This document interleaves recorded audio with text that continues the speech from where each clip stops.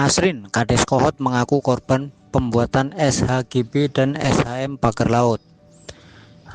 Arsin, Kepala Desa Kohot, Kecamatan Pakuaji, Kabupaten Tangerang, Banten, membuat pengakuan terkait penerbitan sertifikat hak guna bangunan HGB dan sertifikat hak milik SHM di area pagar laut.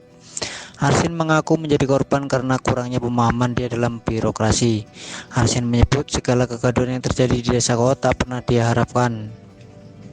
Meski begitu, Arsin berjanji akan mengevaluasi kinerjanya agar hal-hal buruk dalam pelayanan masyarakat di Desa Kohot tidak terulang lagi di kemudian hari.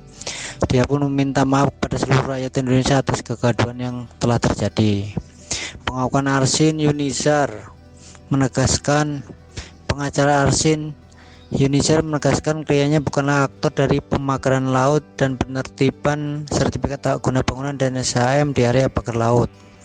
Faktanya klien kami sebagai kepala desa Kohot juga sebagai korban akibat kurangnya pengetahuan dalam birokrasi dan terlalu percaya kepada pihak ketiga yang berinisial SP dan C. Beber Yunihar menjelaskan pihak ketiga itu datang ke desa Kohot pada pertengahan 2022. Mereka bertujuan menawarkan dan mengurus peningkatan alas hak tanah berupa tanah garap milik sejumlah warga yang menjadi sertifikat.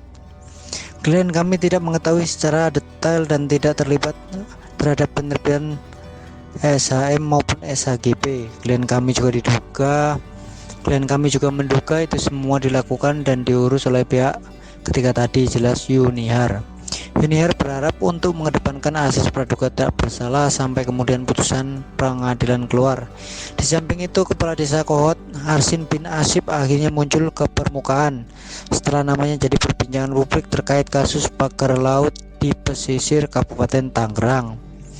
Mengaku kurang sehat. Arsin terlihat mengenakan baju muslim putih, peci hitam dan sarung. Tak lupa dia juga tampak mengenakan jam tangan mewah berwarna emas. Raut wajah Arsin terlihat lesu. Arsin juga terlihat batuk terus-menerus saat konferensi pers berlangsung. Dia tampak sering minum air putih dan saat konferensi pers guna mengeredakan rasa gatal di tenggorokan. Atas hal itu pun membuat dirinya enggan menjawab pertanyaan dari awak media. Kondisinya kurang sehat, tentu ini karena proses yang beliau harus ikuti, kata Yunihar. Selesai konferensi pers, awak media juga mencoba menghampiri Arsin dengan berbincang dengannya. Dalam momen itu Arsin mengaku bahwa dirinya sedang tidak enak badan. Saya lagi kurang sehat, kemarin pas pemeriksaan di Bareskrim sempat dikasih obat di sana, ujar Arsin. Tak hanya itu, Arsin mengaku berat badannya turun hingga 10 kg. Akan tetapi turunnya berat badan itu bukan karena kasus pagar laut yang saya ini menyandungnya, melainkan karena kelelahan.